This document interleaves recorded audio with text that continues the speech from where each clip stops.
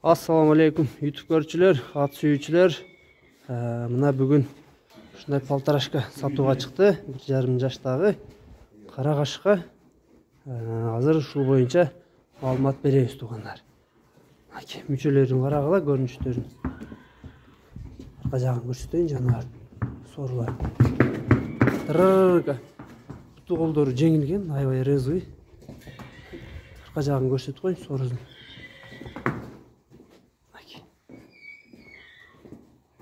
Төрпүчө экен сорузда.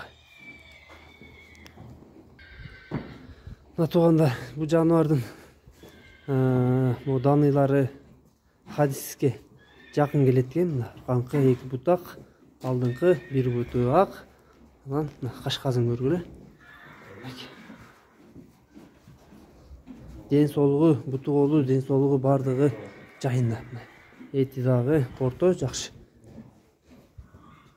Сан эттерин карагыла булчуңдар. Тайдын толук көрүшүн карагыла. Мүчө башын көргүлө. Машаллах туугандар. Жаныбар чуңгар экен.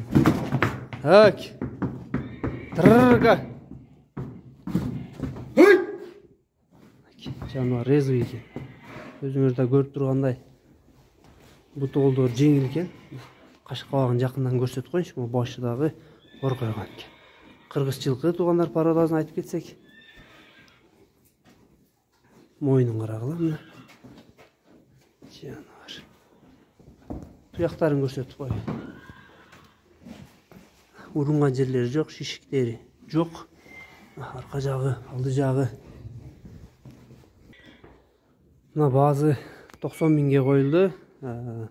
Баазын сурадык. Мына баазы 90 миң деп айтышты. Номерлерин калтырабыз астына, описанияга номерлерин жазып калтырабыз. Ушундай жаныбар сулуу нерсе экен. Мүчө башы дагы жакшы экен, өзүңөр көргөндөй.